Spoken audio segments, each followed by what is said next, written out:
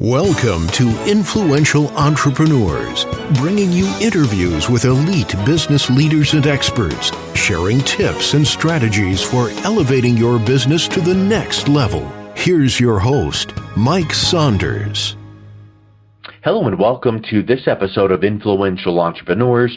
This is Mike Saunders, the Authority Positioning Coach, and today we have with us Joris, Bryon, who's the founder and CEO of Dexter Agency, a remote team of e-commerce conversion optimization specialists. Joris, welcome to the program. Thanks, Mike. Great to be here. Hey, I'm excited to talk to you because I think that it's so interesting, conversion optimization, and I think that a lot of people might think that's a big old word, that what does it mean? But I just think that it's so critical today because you're typically getting people to your store or website some way or another, paid or organic, and you want to make sure that every single visitor potentially has the chance to do something. And so if you're throwing money at ads, then you might be throwing money away if you're not optimizing things the right way. So I really am looking forward to talking to you about that today. But before we get into that, give us a little background on your entrepreneurial journey. What led you into this field? Yeah, so it's been a bit of a long journey. I started my career about 20 years ago, and I started in classical advertising agencies, working there. Did that for about 10 years, and kind of got fed up with the whole discussion, or the eternal discussions about make this blue, make this red, put this on the left, put this on the right, and all those discussions based on gut feeling, and it kept going on and never went anywhere, I had the feeling. And so I started a video production company at some point. That failed, and then I stumbled into digital marketing, basically, and started with SEO first, and I decided to start working for an agency, digital marketing agency, because it really inspired me, because it was all so data driven, and I really loved that. So in that agency, one day I went to a conference and I saw a talk about conversion optimization, and I immediately fell in love with it, because for me it was kind of the combination of what I was doing in a digital marketing agency and anything that I had learned before in a classical advertising agency about psychology, about design, about copywriting, but now combined with a whole lot of data and statistics and that kind of stuff. So that was, for me, that was really a revelation. And I immediately knew, like, okay, this is what I want to do. And I specialize in, and I started studying everything I could lay my hands on. And then, because the agency, I couldn't really do any projects like that, I decided to leave and venture out on my own, first as a freelancer. And that went pretty good. And at some point, you got to make a choice. Like, am I going to keep freelancing or just evolve it in an agency? And I chose the latter, because I have a hard time saying no to clients. So I had no other choice but growing it into an agency. And yeah, that's 6 years ago now. So been running this agency for 6 years now, and still doing conversion optimization. But in a general term, like, we work with what our clients already have. So it's not just the conversion rate, but also average order value and purchase frequency. So anything but traffic is what we work on. Yeah, so once the traffic is dialed in, that's when you step in to say, okay, let's make sure it's optimized. Let's make sure your conversions are optimized. And then part of the optimization is, like you said, the cart value and average cart value that way. So let's talk a little bit about conversion optimization, because I am certain that people would think, oh, yeah, that means X, but there's a lot of misconceptions about that. What is conversion optimization to you? How do you focus on it? Yeah, for me, I define it as working with everything you already have and trying to get more out of that. So you could focus on traffic and adding more traffic, but what a lot of entrepreneurs forget is that they already have that traffic and they can still optimize that. They already have transactions, but you can get a higher cart value from every transaction. You already have customers. How do you get them back to your store and buy more from you? So you already have those assets, but usually what we see is you don't pull those levers enough, and a lot of entrepreneurs, they get to a certain point just thanks to the traffic and adding traffic, and they get so stuck in a traffic mindset, and they only think of that as the only lever to grow their store. But if you actually look at those other levers, that's where there's a lot of potential to double your business even. And for me, that's the definition. It's really working with what you already have. And I know there's people that call it conversion rate optimization. I think that's too narrow as a term because it focuses too much on the conversion rate aspect. And conversion rate as such is an important metric. But at the end of the day, if you run a store, for instance, what matters is your revenue and your profit. It's easy to double your revenue if you just slash your prices. Your conversion rate is gonna go up, but that's not. I mean, the conversion rate is double, but how does that help you? So at the end of the day, it's about revenue and profit, and that's what you need to focus on. So for me, it's a kind of a broad field conversion optimization rather than just calling it conversion rate optimization, which in my opinion is a little bit too narrow. But that's like going into the nitty-gritty of the definition, and I guess we're stuck with that definition, and we'll have to. Well, I think a lot of people just feel like, like in their business, I need more sales / revenue. So let's go get more sales. But if in fact they get more sales, but they have bad processes or they have a lot of expenses, then it doesn't make it to the bottom line. So someone might feel like, well, let's get more traffic because we want more traffic to get more sales and bottom line. But in reality, you can get more sales and bottom line revenue with the same exact amount of traffic. You just need to optimize and convert that traffic a little bit better, right? Yeah, absolutely. That's the case. And I feel a lot of companies get stuck in that traffic mindset because it brought them up until a certain point. So when they want to keep growing, they keep looking at extra traffic. I want extra traffic. But just asking one simple question usually opens their eyes, and that is, do you want more traffic or do you want more revenue? And it's always more revenue. No one has ever said, oh, yeah, I want more traffic. I don't care about the revenue.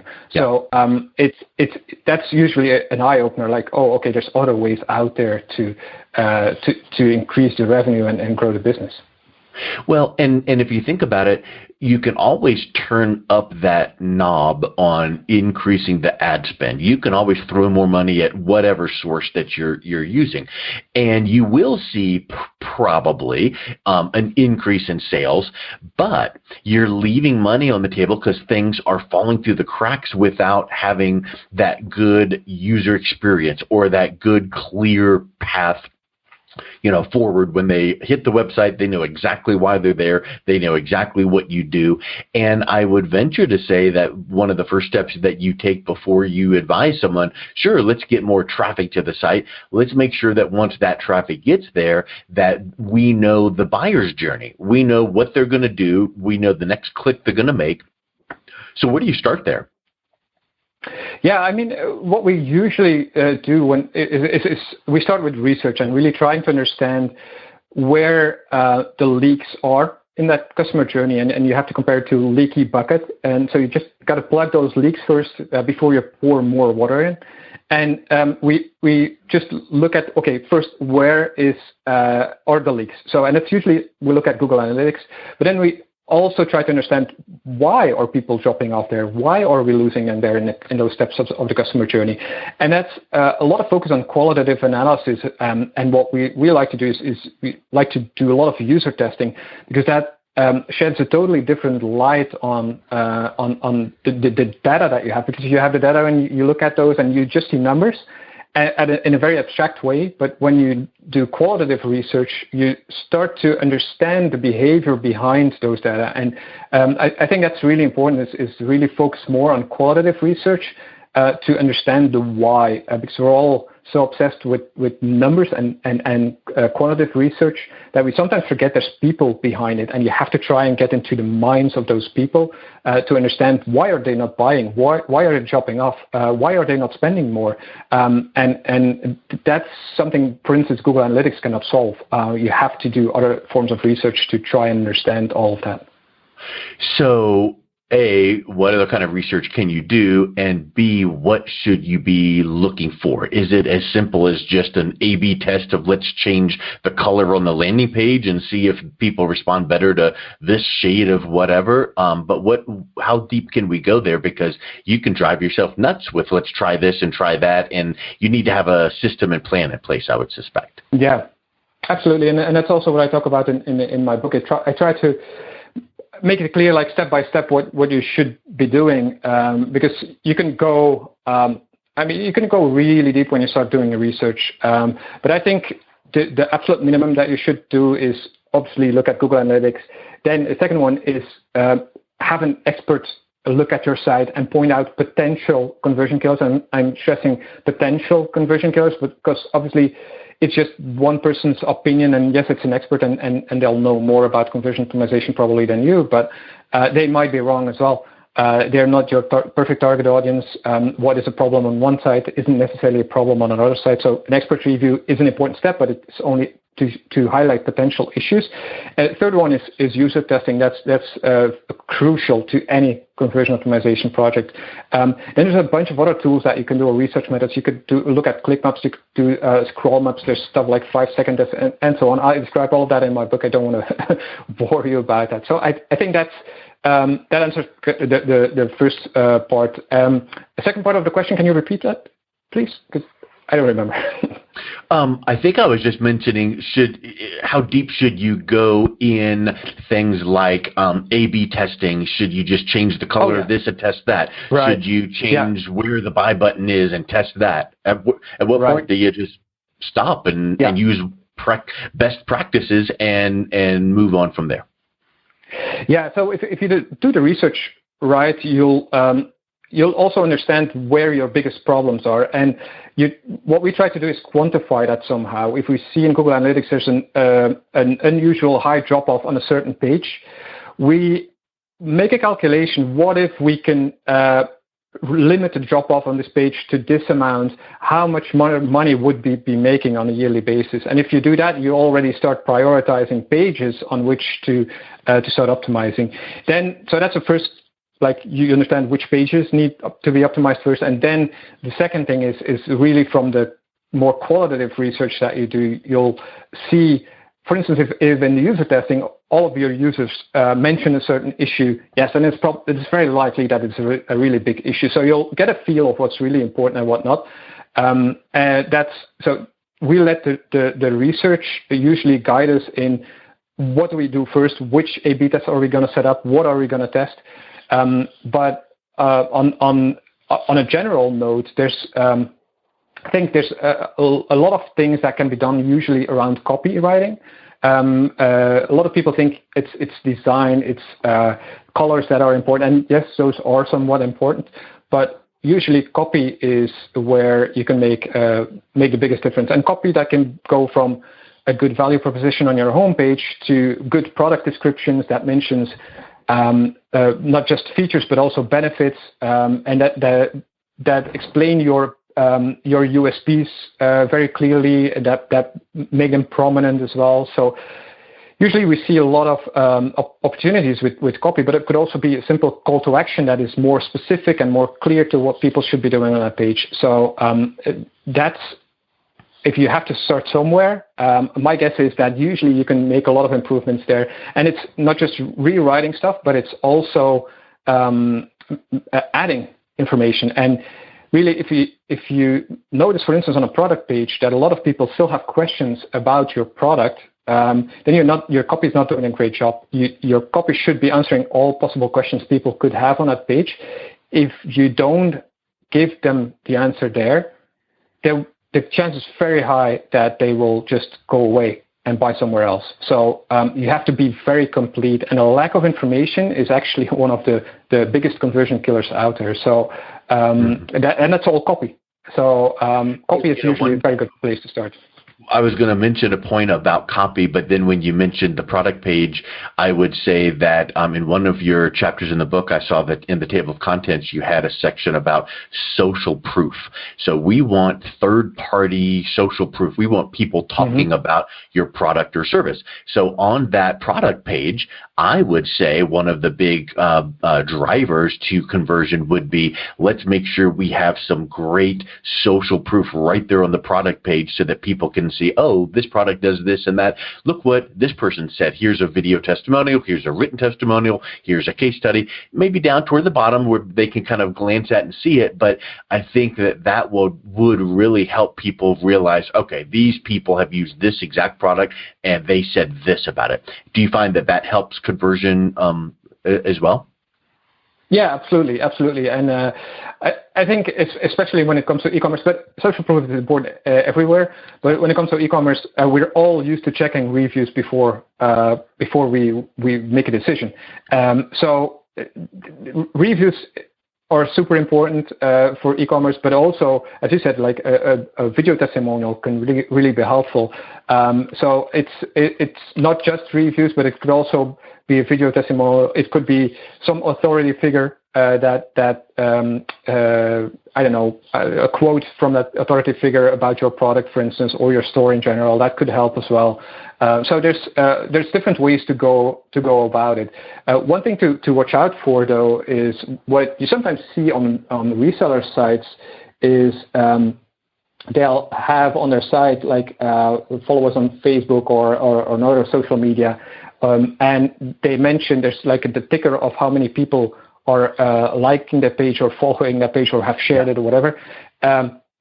And if that's on a product page, that's often going to be 0. Now, what happens there is the opposite of social proof. So people say like, oh, nobody likes this, so I'm not going to buy this. So it's like a tiny little thing on your page that can throw people off entirely, and that's because it's just the opposite of social proof. And a lot of people overlook it and think like, well, if people want to like it, they can like it, but there's a 0 there, so it's better to remove it altogether instead of having it there and showing anti-social proof. That's a really good point. Yeah, I like that a whole lot. I think that myself, but it's nice to hear that other people are like, that is a factor. So, that's a really great one. So you mentioned your book, Kill Your Conversion Killers with the Dexter Method. So obviously you've got a method, and we don't have time to get into that, but that's the kind of the secret sauce that you and your agency holds to drive the results that you drive. One of the things in the table of contents that I saw that I thought was super interesting was resist the urge of a redesign, why a radical redesign can go terribly wrong. So talk a little bit about redesign, because I feel like a lot of people, like you've touched on before, it's like, well, if we tweak this and add that, you can redesign and never get anything done, and you get a paralysis by analysis. And so at some point, a website should work just because, like you touched on before, the copy speaks to them, and it should not be. So for instance, answer the question about redesign and how copy ties into that, where one enhances the other. Yeah, so about that radical redesign thing, I think the best analogy you can make, well, at least it's one I like to make, is so you may have conversion killers on your problem, and let's say a fly represents your conversion killer. Now, what you do with a radical redesign, so we just change the entire site. What you do is you bomb the fly, and what happens is, yes, you'll kill the fly, but at the same time, you'll have a lot of collateral damage, and it's going to cost you a lot of money. What's way better to do is kill that fly like a sniper, so with a well-aimed shot or a few shots, and take away just that problem and not all the rest. So what you do is you test solutions to the problems that you found, and only when you know that it's going to make you more money or get you more leads or whatever your site or your main conversion is on your site, only then are you going to implement it to your site. So you evolve the site or let it evolve step by step. And that's really important as of a certain size. I mean, if you're very small, sometimes you have to make like those really big changes because it affects your business as a whole, and your business has evolved dramatically, so you make a lot of changes at the same time. That's fine. But when you get to a certain size, you have to do it step by step and only implement changes when you know that they're going to make you more money. And it's something that Amazon, for instance, they've never done an entire redesign. They've just changed along the way and tested every change and only implemented those changes that made sense. And so where the copy ties in, it's like, okay, if you understand where your problems are, then you test copy changes. Let's say you notice that people on the homepage, they don't really understand what you do. You write a new value proposition and you test that value proposition against the previous version, and you see which one works best. And if you find a winner, you think like, oh, okay, so this basically validates the idea that I had. People didn't really understand what the value proposition was about. This value proposition seems better, but maybe you can tweak it even further to make it even better. And you test it again against another version. So you can basically keep testing there until you find the absolute best version. And so copy is just one thing to test on the site, and so one of the shots that you make as a sniper, basically. Yeah, I love it. And I've always heard of, everyone's favorite radio station, WIIFM. What's in it for me? Yeah, and it's almost like you have to think about people reading over your copy, your website, thinking, so what? So what? Like your headline on your webpage. So what? But if you could speak to them and say, well, don't you feel like, and haven't you ever experienced, now they're like, yeah, you kind of get into their head of having their mind kind of like answering those questions, as opposed to, we're the best and you should choose us because, and we did this and we did that. Now you have to say we because you have to validate yourself, but much of your copy should speak to them through that what's in it for me and that so what mindset. And I think that ties that value proposition really, really well. Yeah, absolutely. I totally agree. That's my favorite radio station as well, like anyone else's. Yep. It's so important to try and phrase it from your customer's perspective and what's in it for them.